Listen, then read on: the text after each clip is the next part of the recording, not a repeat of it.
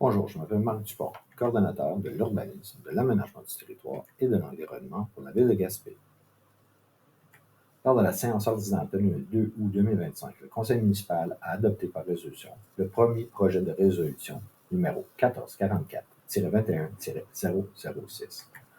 La procédure relative au projet de résolution numéro 1444-21-006 vise à autoriser la transformation d'une habitation bifamiliale isolée existante en habitation multifamiliale de 4 logements et l'implantation d'un usage multifamilial sur un terrain ayant une superficie de 56,38 mètres et une superficie de 2721,1 mètres carrés.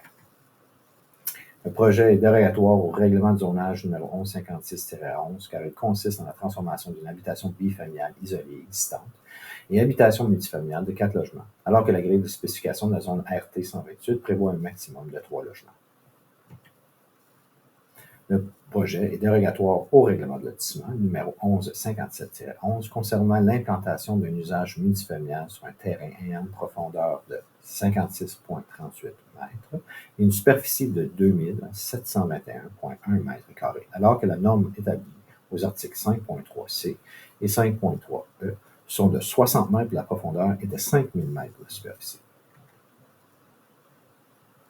Le projet PPC- est localisé sur le lot 2 733 066 Cadastre du Québec, portant l'adresse 1099 1101 Boulevard Cap-des-Rosiers.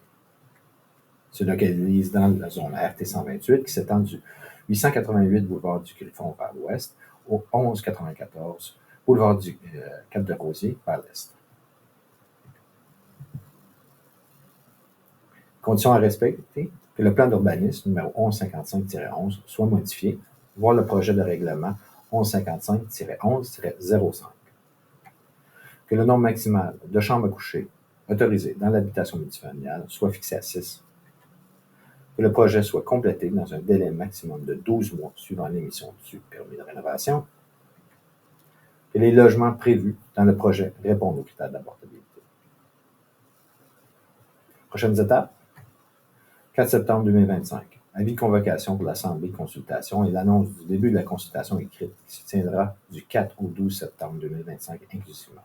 Toute personne intéressée peut transmettre ses commentaires par écrit à la direction des services juridiques et du greffe à l'adresse courriel suivante: isabelle.vizina@commercialville.gasp.qc.ca. 15 septembre 2025. Assemblée de consultation tenue à 19h en salle de conseil de l'Hôtel de Ville. Aussi, qui sera suivi par l'adoption du second projet de résolution par le conseil municipal, avec ou sans changement, à la même date du 15 septembre 2025. Suivra le 17 septembre 2025 un affichage d'un avis public annonçant la possibilité de faire une demande d'approbation référendaire, qui sera considérée valide à la suite d'une demande de 12 personnes habilitées à voter et habitant la zone concernée ou les zones contiguës. Tenant que le nombre de personnes habilitées de ces zones soit moins de 21, le nombre requis sera 50% total de ces personnes. 1er octobre, adoption de la résolution par le conseil municipal si aucune demande valide n'est reçue. Dans le cas qu'une demande référendaire sera déposée, le conseil municipal peut soit décider de procéder à la tenue d'un référendum ou cesser la présente demande. Il est à noter que les dates de l'échéancier peuvent être modifiées aussi. Obtenir un suivi de l'obtention d'un certificat de conformité de la MRC de la Côte de Gaspé et ça entraînera l'entrée en vigueur de la résolution. Merci de votre intérêt. Pour plus d'informations, vous pouvez me rejoindre, Marc Dupont, au service de l'urbanisme de la ville de Gaspé, en appelant le 418-368-2105, le poste 8530, ou par courriel à urbanisme@commercialville.gasp.qc.ca.